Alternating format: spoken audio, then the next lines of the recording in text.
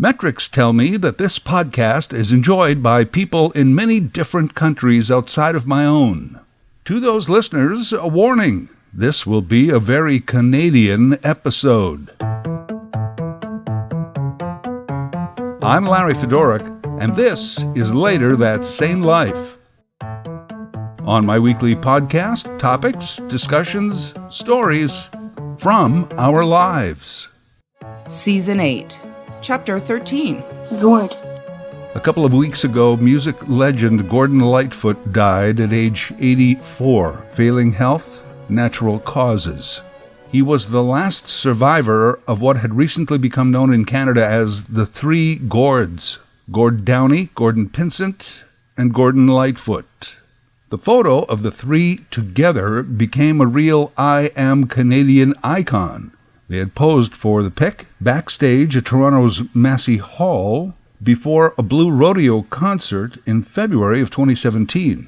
In October of that year, Gord Downie would succumb to brain cancer. February of 2023, famed actor Gordon Pinsent passed at age 92, and now Gordon Lightfoot, who only weeks before his death postponed some tour dates. Not canceled, postponed. Gordon Lightfoot had still hoped to get out on the road and do what he loved most, perform live for his fans. One might also take from this that at one time Gordon had to be the most popular baby name for boys in Canada. It's actually not. It's not even in the top 150. Although we have had our share of famous Gordons: Downie, Pinsent, Lightfoot, Gordon Sinclair, Gordie Howe, more recently Gordie Johnson. And around the world you have your Gordon Brown, Gordon Ramsay, G. Gordon Liddy, Joseph Gordon-Levitt, Gordon Jump. And kudos to you if you know who Gordon Jump is without having to look it up. And there are other Gordons. Those are just a few off the top of my head. There is no official Gord Club, but the Three Gords, a famous photo, and now they are all together again. Gordon Lightfoot was our Canadian troubadour, a singer-songwriter, composer, and historian, chronicling our past in music, notably in the Canadian Railroad Trilogy and the Wreck of the Edmund Fitzgerald. The freighter, the Edmund Fitzgerald, was transporting iron ore when it ran into high winds and 25-foot waves. And I loved what Blue Rodeo's Jim Cuddy said at Lightfoot's passing. And this is not a direct quote, but he said, "Gordon Lightfoot knew how to be world famous and still hold on to his Canadian." Well put, Jim Cuddy. I think you could actually draw a big line through Canadian popular music history to define before Gordon Lightfoot and after Gordon Lightfoot. Yeah, I know before Gordon Lightfoot there were other famous Canadians out there: Paul Anka, Bobby Curtola, Hank Snow, even Guy Lombardo and his Royal Canadians. Should old acquaintance be forgot? But in my opinion, it really begins with Gordon Lightfoot. Here's my reasoning on this. The real paradigm shift in popular music came not as much with Elvis and the birth of rock and roll, but with the Beatles. The Beatles. Everything changed, and changed quickly. And at the time, folk music was also enjoying a bit of resurgence in popularity, partly due to its nature of protest, led by people like Joan Baez and Bob Dylan. And in Canada, Gordon Lightfoot. He was already a fixture of the CBC and a recording artist. By 1970, Gordon Lightfoot entered the hallowed Billboard Hot 100 singles list with his now legendary If You Could Read My Mind. It crept into the top 40. And by the way, to put it into perspective if you don't know, making the Billboard Hot 100 singles list was a career maker. Making the list would be a musician's holy grail. So in this era of pop music, post-Beatles, I would say Gordon Lightfoot is the father of popular Canadian music. In the field of popular and folk music, he's one of the fastest rising young recording artists in the business. It's a pleasure to have him with us on the show. Would you welcome Gordon Lightfoot? And at the same time, climbing those U.S. charts and others worldwide, was Snowbird, Anne Murray. With only a few other exceptions, that was Canadian popular music, and it was also the world's introduction to Canadian pop. Gordon Lightfoot, Anne Murray. Radio was a factor. Recording artists needed airplay. Airplay sold records, perpetuated popularity, and helped sell out concert dates. And here's what else was happening in Canadian radio around the same time. The governing body overseeing media in Canada, the CRTC, was holding public hearings on the responsibility of Canadian radio to play and promote Canadian artists. Enacted in 1971 was Canadian Content Regulations on Radio Airplay for Music Stations. Canadian Content, CanCon, as we called it at the stations. 30% of all songs played during a broadcast day between 6 a.m. and midnight had to be Canadian. 30%. A popular unverified legend was that the CRTC had hoped for 20%, so they went higher, 30%, thinking that broadcast companies would counteroffer 10%, and eventually they could meet in the middle at 20%. So they said, how about 30%? And spineless broadcasters just said, okay, 30%. 30% will be Canadian. And in the early days, making that quota was not an easy task. I mean, think about it. Almost 1/3 of your music had to be Canadian recordings. And would they match the quality and popularity of every other artist in the world? So what makes a record Canadian? What's a Canadian song? Well, they have that covered too. It's called the Maple System. M-A-P-L. Maple stands for music, artist, production, lyrics. I know it doesn't really make sense to say it that way. It would make more sense to say like a production, artist, lyrics, music. But that's palm. We don't have palm trees in Canada. We have maples. M-A-P-L. Music, artist, production, lyrics. Maple it is. Further, to be qualified as Canadian, 2 of the 4 categories had to be Canadian. For example, and I'm just making this up, let's say Anne Murray records a Paul Simon song in L.A. and it's produced in L.A. It's not Canadian. But if Elvis Presley records a Gordon Lightfoot song in Tennessee and produces it there, it would be Canadian. Canadian content, CanCon. Which, by the way, he did. That last one is true. Elvis recorded Early Morning Rain. And we could play it in Canada as Canadian content. Music and lyrics. 2 out of 4. So people like Gordon Lightfoot easily fit the bill because he wrote his own songs. But early on there were several gray zones. Best example I can think of is Heart. American sisters, but they were based out of Vancouver, and they had some Canadian band members and Canadian producers. Okay. Crosby, Stills, Nash, not CanCon, but Crosby, Stills, Nash and Young, quite possibly. Especially if Neil wrote or led one of the songs. Then it was Canadian. And of course their version of Woodstock, a song written by Joni Mitchell, definitely Canadian. Even more amazing to me is the CSNY song Ohio, an American protest song written by a guy living in America, named after an American state, where American National Guardsmen shoot and kill 4 American students at an American university after they rallied against American involvement in a war. Neil Young wrote it. Music and lyrics. Ohio. On radio in this country, Canadian content. Should be noted, too, that at the time, Canadian content rules were not that popular at music stations, and even less so among the disc jockeys who worked there. We just wanted to play the Stones and Led Zeppelin et al. All the time, but we couldn't. We had to slip in a song by the Stampeders. We didn't like it. Government, stay out of my business. But now with the benefit of hindsight, the rules worked. Canadian content rules, back when radio airplay was relevant, meant something. They were important. They actually did help boost the Canadian music industry. So I guess they were right and we were wrong. And Canadian content rules did not really boost the careers of Gordon Lightfoot or Anne Murray. They were international stars already. They just were from Canada. That was a bonus for us. When you played one of their songs, it also counted toward your CanCon totals.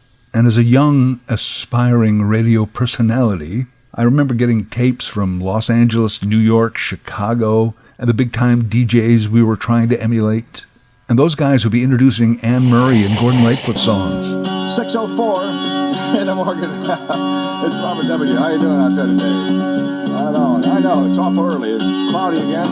I'll have the forecast for you in a couple of minutes. I'm in the process of preparing it right now. But in the meantime, we got Gordon Lightfoot and Sundown on K100. And we'd be like, wow, they don't even have to play their songs by law. They just play them because they're popular. Those songs were hits, on the charts, everywhere. K100, that's Gordon Lightfoot and Sundown. And those Canadian totals we had to keep track of? Well, so did the regulators. You could not run afoul of the rules. CanCon rules didn't really help Gord or Anne. They didn't need the help. What they did do is they gave rise to many forgettable collaborations like the Stampeders, Trooper, Edward Bear, April Wine. Let's be honest, they were all fine enough, I guess. And when they toured, they gave the people of Red Deer and Medicine Hat something to do on a Friday night. But most of those bands could not get airplay or, frankly, even get arrested anywhere south of the 49th. The list of mediocrity that came out of CanCon rules was endless. 5-man electrical band, Chilliwack, Lighthouse, Prism, Saga, Nick Gilder, Streetheart, and they could all vie for the prestigious Juno Award. Those CanCon rules helped acts like that. But again, they were working. They were getting some airplay, and they were selling out halls in Moose Jaw and Moncton. It did help create a Canadian music industry. A wannabe Canadian musician at least had something to look to, and the real talent would transcend the Canadian system. From people like Gordon Lightfoot and Anne Murray, all the way through time to people like Alanis Morissette, Corey Hart, Bryan Adams, Justin Bieber, Celine, Shania, Sarah McLachlan, Avril Lavigne, Bublé, Drake, Shawn Mendes, The Weeknd, Nelly Furtado, David Foster. So just to sum up those Maple laws, they were not the reason you heard Gordon Lightfoot on a radio station in Canada, but they were the reason that you heard him so often. Should be noted also that when it comes to the music industry in this country, Quebec is a bit of an anomaly. Quebec has always had its own bustling recording scene. French artists who'd be huge in Quebec but barely heard of in the rest of Canada. A few of them made it out, like Michel Pagliaro, Gino Vanelli, but they were the ones that catered to an Anglophone crowd. If Gordon Lightfoot and Anne Murray are to be accepted as music royalty in this country, as the king and queen of modern pop music, I will point out that there are a few other princes and dukes and duchesses that are in this monarchy. I do not want to forget others who were part of that history. There was the aforementioned Neil Young and Joni Mitchell. They didn't really keep their Canadian like Gord did, and I have no problem with that. But they left pretty early. Neil to Buffalo Springfield, the band, of course, then in with Crosby, Stills and Nash. So by the time Neil went solo, he was already Neil Young, the big star. And again, a bonus, he wrote the songs. Neil Young, music, lyrics, artist, that's 3 out of 4 categories, automatic CanCon, according to the rules. A quick aside, I always thought that a handful of Neil Young songs like Old Man, Heart of Gold, and even Only Love Can Break Your Heart would have been better as Crosby, Stills, Nash and Young songs. Nothing against Neil's voice. He has a sound, he's unique, I love it. But imagine those songs in particular with the CSN vocals and harmonies. I think it would have been better. But back to the Canadian royalty. Joni Mitchell didn't really keep her Canadian. I mean, yeah, she did the Toronto-Yorkville folk scene for a while, but really she moved to California. That was her life. In the song she would write called California is the line, California, I'm coming home. And again, I have no problem with any of that. Go where you have to go, do what you have to do. The Canadian music royal family includes, of course, the Guess Who, Burton Cummings, Randy Bachman, the band, a real staple on CanCon lists. Their members, almost all Canadian. The early days of Canadian Content Rules was pretty much this royal family. Gordon Lightfoot, Anne Murray, Neil Young, Joni Mitchell, Burton Cummings, Randy Bachman, Guess Who, BTO, the band, and I will also add, to an extent, Leonard Cohen. And these next people, I call them kind of royal family offspring. Rush, The Hip, Bruce Cockburn, K.D. Lang, Blue Rodeo, Buffy St. Marie, Arcade Fire, Rufus Wainwright, Diana Krall. A great pool of talent. By the way, when I do these quick lists, I realize chances are that I've left out someone that you really like. Well, it's not intentional. I don't know if you know this, but the Canadian Content Rules for radio still exist for music stations to varying degrees. With all of these artists that I just mentioned, Canadian content is not much of a problem lately. And you have to credit for that some of those original mandates. It actually is still a bit of a problem for classic rock stations. Classic rock has to go back and pick a lot from this royal family I mentioned. This is why you can't listen to a classic rock station in Canada for more than 10 minutes without hearing at least one Guess Who song. And they are also crazy on Heart. I was sadder to lose a member of our Canadian music royal family than I was when Queen Elizabeth died. Gordon Lightfoot, 84. We have already lost Leonard Cohen and some members of the band. The rest, Burton, Randy, Neil, Joni, Anne, are in their mid to late 70s now. Joni has not been that well lately, although there was that lovely tribute to her, which she attended and sang at just in the last few months at the Newport Jazz Festival. Burton and Randy, well, they seem to show up at a gig here and there, and it gets posted to social. Anne Murray stays pretty quiet, unlike Neil Young. Gotta love Neil, huh? Hey, if Joe Rogan is on Spotify, then I'm not. A move that a lot of his business managers didn't like, but Neil did it anyway, standing by his principles. Of all these classic Canadian artists that I just mentioned, it's nice to see new generations of artists and listeners discovering their timeless music for the first time. For those of us already familiar with their oeuvres, well, I'm going to use the cliche because it is so true and so descriptive. They are a part of the soundtrack of our lives. And it's so true of Gordon Lightfoot. I mean, I admire his historical recordings. Edmund Fitzgerald. I love Edmund Fitzgerald's voice. No, Gordon Lightfoot was the singer. Edmund Fitzgerald was the ship. I think Gordon Lightfoot was the boat. Yeah, and it was ran by the Cat Stevens. But even more, those well-crafted love songs. If you could read my mind, beautiful, Summer Side of Life, Carefree Highway, so many. I never cared for Sundown, though. It is a bitter song about a bad relationship with what turned out to be a professional hanger-on. She was named Kathy Smith. Kathy Smith did 15 months in California prison for fatally injecting John Belushi with heroin and cocaine. Hey, Gord, no problem. Everyone is allowed their relationship mistakes. We all make some bad choices, and it's okay to write a bitter song about it. I just never cared for the song Sundown because of the subject matter.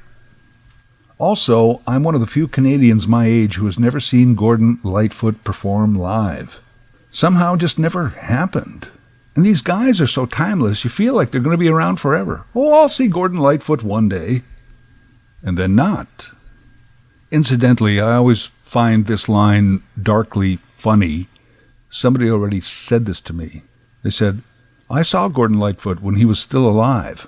People say that all the time. I saw Tom Petty when he was alive. I saw Roy Orbison when he was still alive. Yeah, I guess that would be the time to see them. Notice, by the way, that I haven't used any of Lightfoot's music or any of the artists that I've been mentioning all throughout. Yeah, I can't afford it. I can't afford to pay the royalties to the royalty.